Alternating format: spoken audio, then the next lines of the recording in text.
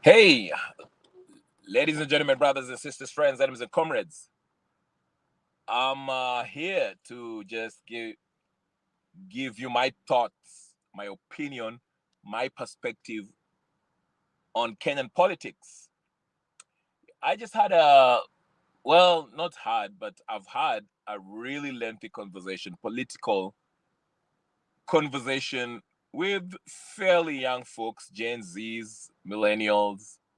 We're just discussing the issues that are affecting Kenya and how we can bring about change, how we can rid ourselves of this cancer we call the political class, who are basically the colonial stooges that were left by the colonialists to continue perpetuating this whole system of oppression, economic oppression, okay?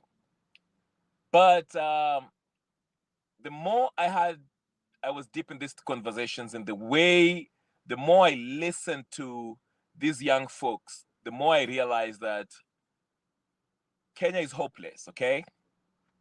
Now, with me saying this, I'm not saying this to discourage you from fighting for equality, justice, and all that good stuff, human rights, and all that stuff. I'm not saying that. I'm not saying you have to stop. But let me bust your bubble for a minute.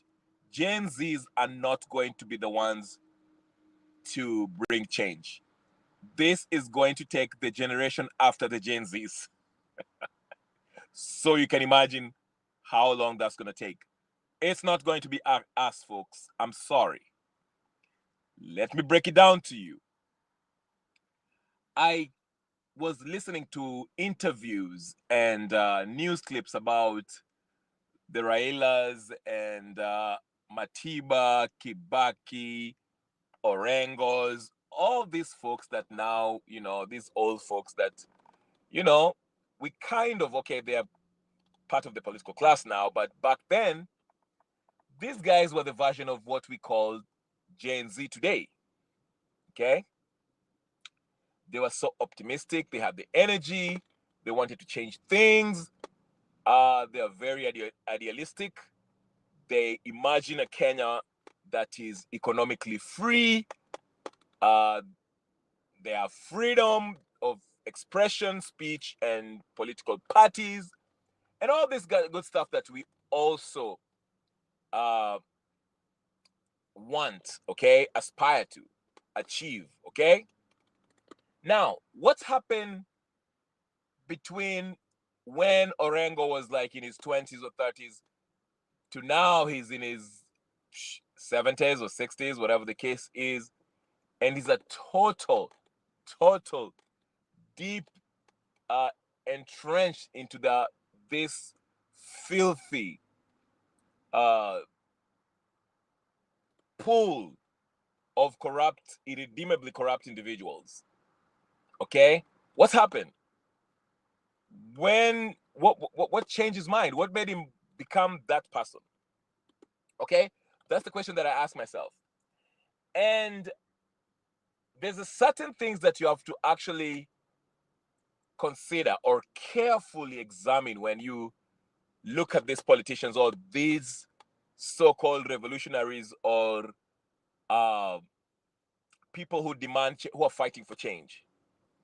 Okay, uh, majority of us, we start out well. We envision a Kenya that has the 2010 constitution fully implemented, where people are enjoying their freedoms of expression, freedom of movement, freedom of commerce, freedom of association, human rights, political parties, whatever. You can imagine what I'm talking about, okay? Or everything that has been crafted and ingrained in the 2010 constitution. But if you look closely, especially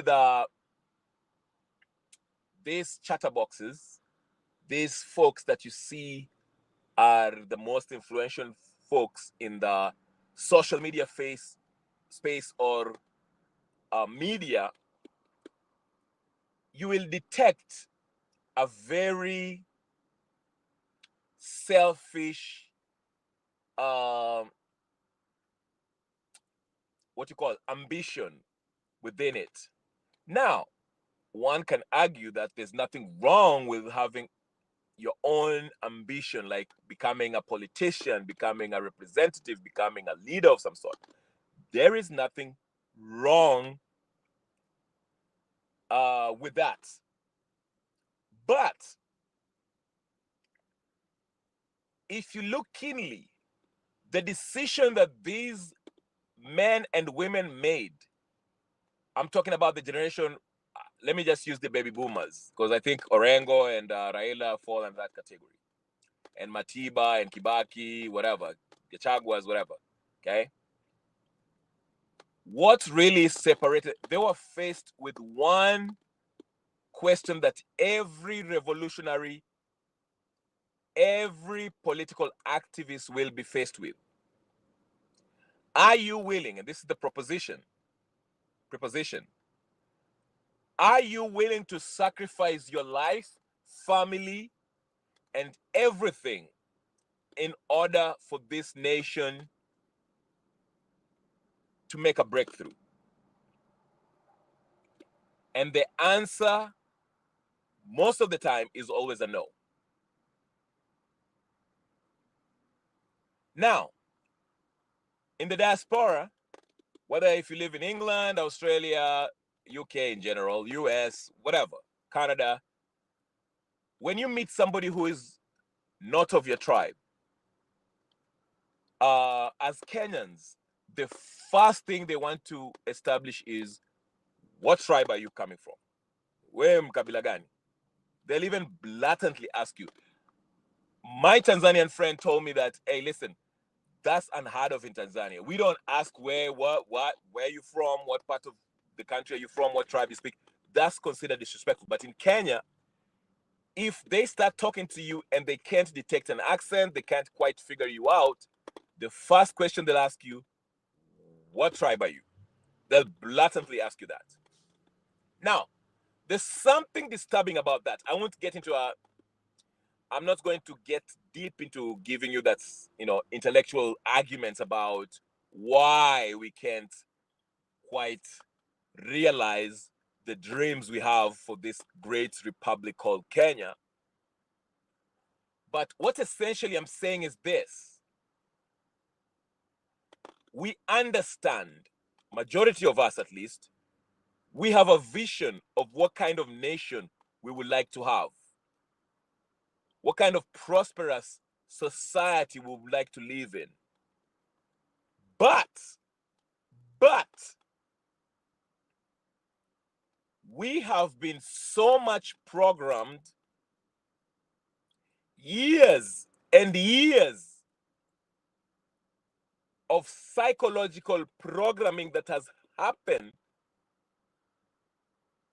that I think it will take generations, probably 2 more generations, to undo that kind of programming. Because I see young folks, the so-called Gen Zs. Let's just take these Gen Zs of, the June 25th, 2024 movement. They started well. They made their mantra very clear: tribeless, partyless, leaderless, or less, which was a very good idea. But what happened? The world in general, listen to me very carefully, the world over, general, if you look at the politics of every part, okay, let me not say that. Let me just use the West. The Western world and all their colonies, the Western colonized, heavily influenced countries, the value that they actually inculcate in their young people's minds is materialism. And this is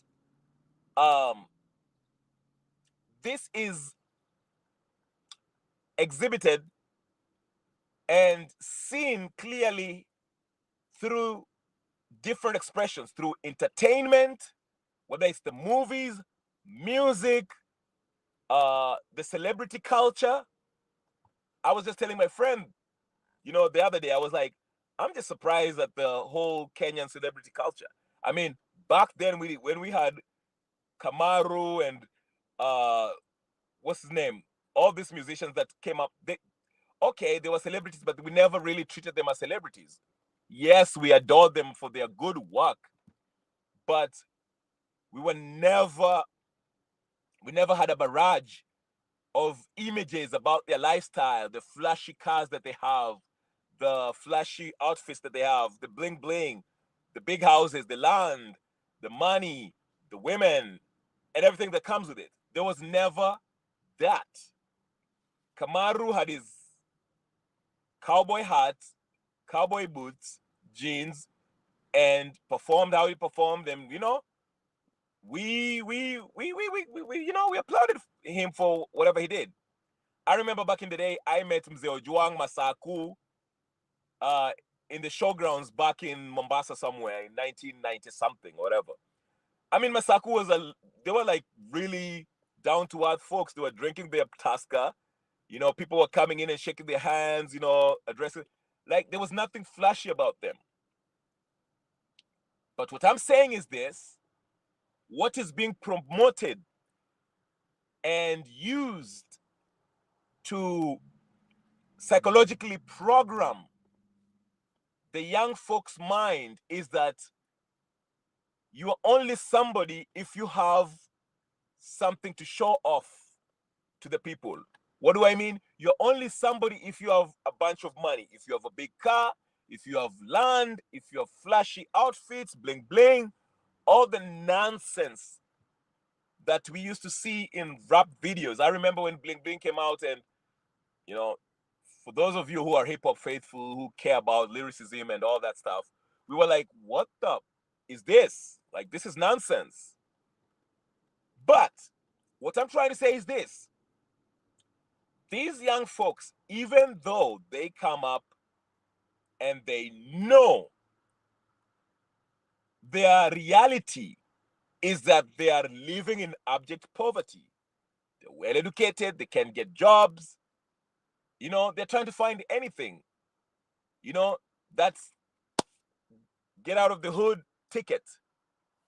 So while they engage and kind of sign up to be part of this political agitation for change, to bring change that they want or envision or dream of, they get caught up also because they are living in this, they have this struggle between making a sacrifice, living in abject poverty, struggling every day, versus I can just sign up and work for this corrupt political class, elites, and make a few bucks here and have my Mercedes Benz within the next 3 years, have a nice apartment, make my first meal just by working for this corrupt politician. You understand what I'm saying? So what happens is, while this guy starts, I'll use Kasmil for example, even though I felt now that I look back, Kasmil was a agent right from the get-go. I mean, I asked the question, who shows up in a Mandamano in a full three-piece suit? I mean, if you can't really ask yourself that question, then you need help. But let me just use it for example, or Morara, whatever the case is, because these are the poster boy of what I'm talking about. These folks, they know what ails Kenya. They know what Kenya needs. They have a vision of what kind of country they would love to live under. And they know who needs to be replaced in order to realize these kind of dreams. But what happened? They reached a point where they were confronted by these powerful political elites, oligarchic, corrupt, evil elites, these colonial stooges, and they were asked questions. And the main question was, are you willing